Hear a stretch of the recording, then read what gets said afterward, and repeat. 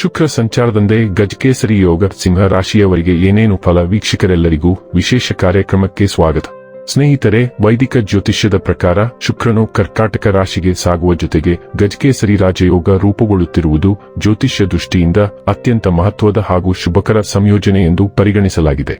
ಈ ಗ್ರಹಸ್ಥಿತಿಯ ಪರಿಣಾಮವಾಗಿ ಎಲ್ಲಾ 12 ರಾಶಿಗಳಿಗೂ ವೃತ್ತಿ ಮತ್ತು ಆರ್ಥಿಕ ಕ್ಷೇತ್ರಗಳಲ್ಲಿ ಸಕಾರಾತ್ಮಕ ಬದಲಾವಣೆಗಳು ಕಾಣಿಸಿಕೊಳ್ಳುವ ಸಾಧ್ಯತೆ ಇದೆ. ವಿಶೇಷವಾಗಿ ಕೆಲಸದ ಸ್ಥಳದಲ್ಲಿ ಹೊಸ ಅವಕಾಶಗಳು, ಗೌರವ ಮತ್ತು ಪ್ರಗತಿ ಹೆಚ್ಚುವ ಸೂಚನೆಗಳಿವೆ. ಆರ್ಥಿಕವಾಗಿ ಈ ಅವಧಿಯು ಲಾಭದಾಯಕವಾಗಿದ್ದು ಹೊಸ ಆದಾಯದ ಮೂಲಗಳು ಹೊರಹೊಮ್ಮಬಹುದು. ಹೀಗಾಗಿ 12 ರಾಶಿಗಳಲ್ಲಿ ಯಾರಿಗೆ ಏನೇನು ಫಲ ಎಂಬುದರ ಮಾಹಿತಿ ಇಲ್ಲಿದೆ. ಜ್ಯೋತಿಷ್ಯ ಪ್ರಕಾರ ಗ್ರಹಗಳ ಸಂಚಾರವು ಬಹಳ ಮಹತ್ವದ ಘಟನೆ ಎಂದು ಪರಿಗಣಿಸಲಾಗುತ್ತದೆ. ಈ ಹಿನ್ನೆಲೆಯಲ್ಲಿ ಶುಕ್ರನು ಕರ್ಕಾಟಕ ರಾಶಿಗೆ ಪ್ರವೇಶಿಸುವುದು ವಿಶೇಷ ಫಲಿತಾಂಶಗಳನ್ನು ನೀಡುವ ಸಂಚಾರವಾಗಿದೆ.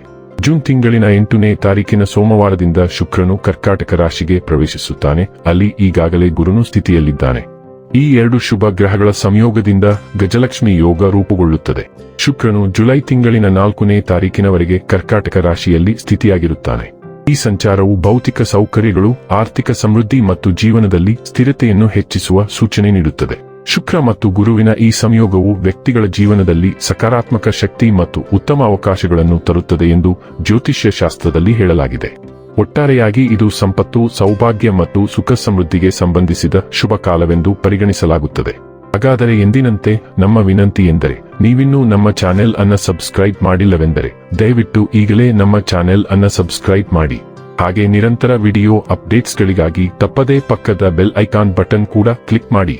ವಂಶ ಪಾರಂಪರ್ಯ ಜ್ಯೋತಿಷ್ಯರು ನಂಬರ್ 1 ವಶೀಕರಣ ಸ್ಪೆಷಲಿಸ್ಟ್. ವೃತ್ತಿ, ಉದ್ಯೋಗ, ಮದುವೆ, ಹಣಕಾಸಿನ ಸಮಸ್ಯೆ, ವ್ಯಾಪಾರ, ಆರೋಗ್ಯ ಸಮಸ್ಯೆಗಳಿಗೆ ಫೋನಿನ ಮೂಲಕ ಪರಿಹಾರ.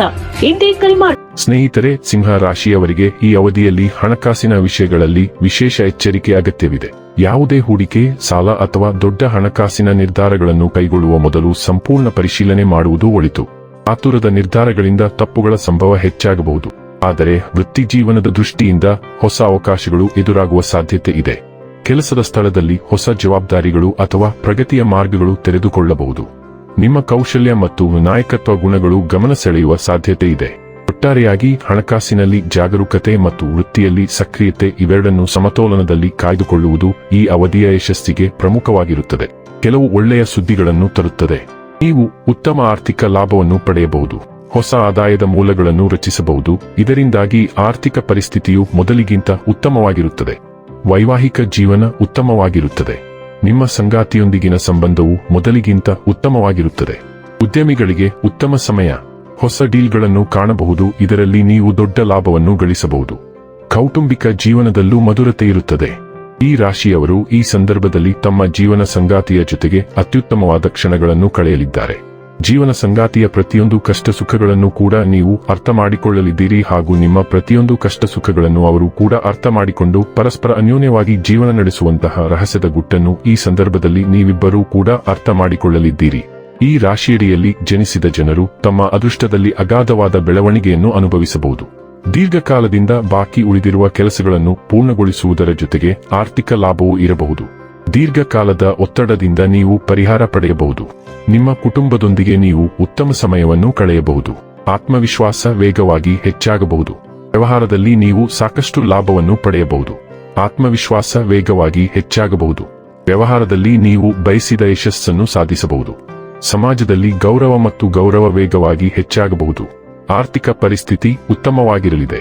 ಹಠಾತ್ ಆರ್ಥಿಕ ಲಾಭದ ಸಾಧ್ಯತೆಗಳು ಇವೆ.